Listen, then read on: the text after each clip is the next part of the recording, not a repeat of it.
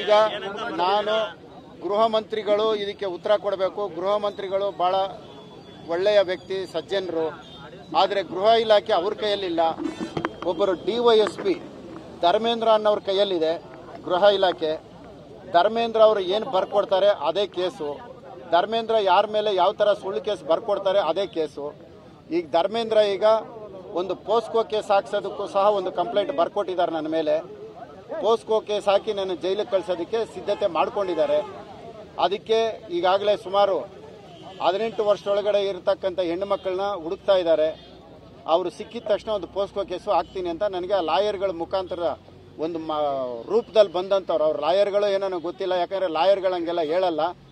ಬಹುಶಃ ಎಲ್ಲೋ ಕಪ್ಪು ಕೋಟ್ ಹಾಕಿ ಲಾಯರ್ಗಳ ರೂಪದಲ್ಲಿ ಬಂದು ನನಗೆ ಹೇಳಿದ್ದಾರೆ ಅಂತ ನನಗೆ ಅನ್ನಿಸ್ತಾ ಐತೆ. ಯಾಕಂದರೆ ಲಾಯರ್ ವೃತ್ತಿ ಮೇಲೆ ಗೌರವ ಇದೆ, ಲಾಯರ್ಗಳು ಹಂಗೆ ಹೇಳಲ್ಲ. ಇವ್ರು ಯಾರೋ ಬಂದು ಅವ್ರ ಕಡೆಯವರ ಬಂದು ಹೇಳಿರೋದು. ಅವ್ರು ಹೇಳಿದ್ದು ಒಂದೇ, ನೀನು ರಾಜೀನಾಮೆ ಕೊಡು, ಕುಸುಮಾ ಮಿನಿಸ್ಟರ್ ಆಗಬೇಕು.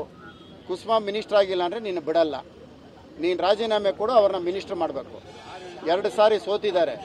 DK ಸುರೇಶ್ನ ನೀನು ಸೋಲಿಸಿದೀಯ. ಇದರ ಸೇಡು ನಾವು ಬಿಡಲ್ಲ.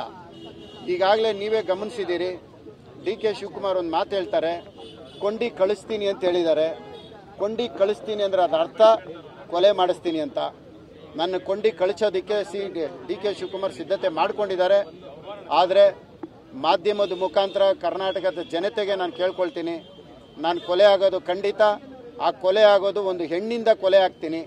ಆ ಹೆಣ್ಣು ಬೇರೆ ಯಾರೂ ಅಲ್ಲ, ದಿವಂಗತ ಪ್ರಾಮಾಣಿಕ ನಿಷ್ಠಾವಂತ ಒಂದು IAS ಆಫೀಸ್ ಆಗಿದ್ದಂತಹ IAS ಆಫೀಸರು DK ರವಿಯವರ ಪತ್ನಿ ಕುಸುಮಾರವರ ಒಂದು ರಾಜಕೀಯದ ಸ್ವಾರ್ಥಕ್ಕೆ ಇವರೆಲ್ಲರನ್ನು ಉಪಯೋಗಿಸ್ಕೊಂಡು ನನ್ನ ಕೊಲೆ ಮಾಡೋದಕ್ಕೆ ಈ ಸಂಚು ಮಾಡ್ತಾ ಇದ್ದಾರೆ.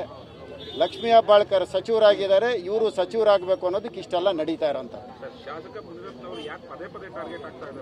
ಶಾಸಕ ಮುನಿರತ್ನ ಯಾಕೆ ಆಗ್ತಾನೆ ಅಂದರೆ, ಶಾಸಕ ಮುನಿರತ್ನನ್ನ ಕ್ಷೇತ್ರ ಬಿಡಿಸೋದು ತುಂಬಾ ಸುಲಭ ಅನ್ಕೊಂಡು ಮಾಡ್ತಾ ಇದ್ದಾರೆ.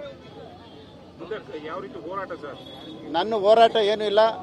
ನಾನು ಕೊಲೆ ಆಗ್ತೀನಿ, ಪ್ರಧಾನಮಂತ್ರಿಗಳು, ಗೃಹ ಮಂತ್ರಿಗಳು, ರಾಷ್ಟ್ರಪತಿಗಳು ಕ್ರಮ ಕೈಗೊಳ್ತಾರೆ.